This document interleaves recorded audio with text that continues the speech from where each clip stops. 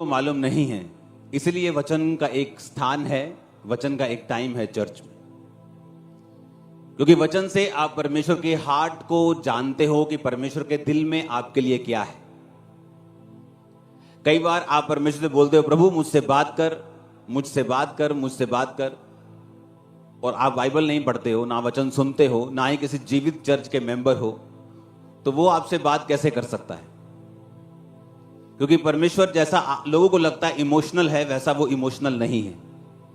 Imagine करो, एक ही समय में कितने लाख लोग प्रभु से कह रहे होंगे, प्रभु मुझसे बात कर, और वो लाखों से बात कर सकता है, लेकिन जो चीज उसने बाइबल में ऑलरेडी लिख दी है उस विषय में वो बात क्यों करेगा?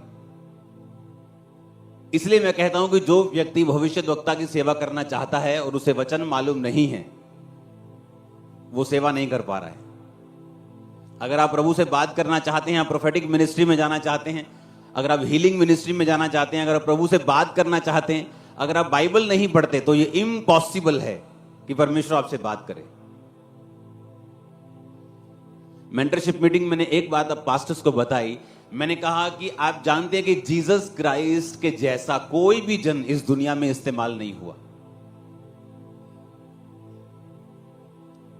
क्या ये वजह रोजे थे? कितने रोजे रखे यीशु मसीह ने? कितनी बार 40 रोजे रखे दिन रात के? एक बार लिखा है बाइबल में। मैं आपको ऐसे सेवक दिखाता हूं जिन्होंने 5 बार 6 बार दिन रात के 40 रोजे रखे, आज भी जिंदा हैं, पर प्रभु की तरह इस्तेमाल नहीं हो रहे। अगर आप कहें प्रेयर की, मैं आपको ऐसे अफ्रीका में सर्वेंट्स दिखाता हूं जो 12 घंटे प्रेयर करते हैं, जंगलों में रहते हैं, घर नहीं आते, हफ्ते बाद आते हैं। बात सिर्फ प्रेयर की, सिर्फ फास्टिंग की नहीं है।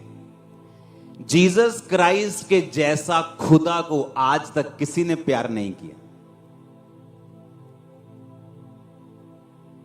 किसी ने भी, नो बॉडी। लिखे हुए वचन से प्यार करना। जीसस क्राइस्ट व्यवस्था को समझते थे, वचन को समझते थे, यहां तक समझते थे, और वचन के साथ उनका यहां तक रिश्ता था कि जब यीशु मसीह को वचन पढ़ने के लिए दिया गया और जब वचन उनके सामने आया कि परमेश्वर का आत्मा मुझ पर है, तो यीशु मसीह ने कहा, यह मेरे लिए है। वचन के साथ जो लोग ज्यादा समय बिताते हैं उनको रेमा वचन मिलता है। रेमा वचन वो होता है जो परमेश्वर आपकी लाइफ की परिस्थिति के हिसाब से, आपकी कंडीशन के हिसाब से आपको इंडिविजुअली देता है। पूरी बाइबल लोगोस है। लोगोस मतलब लिखा हुआ वचन।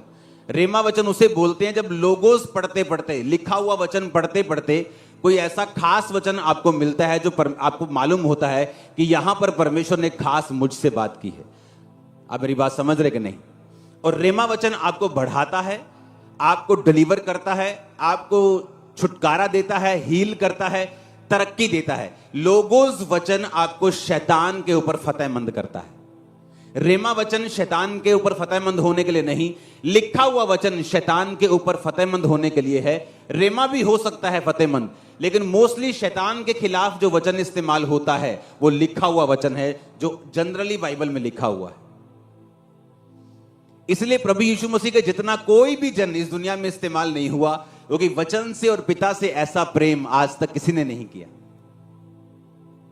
निस्वार्थ, बिना लालच के, बिना मस्से के लालच के, कि मैं पवित्रता में रहूंगा मुझे और मसा मिलेगा। क्या यह लालच नहीं?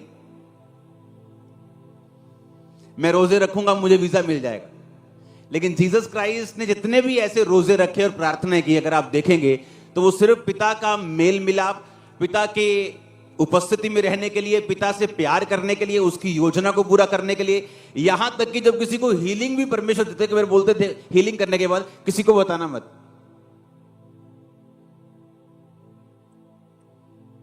हालेलुया।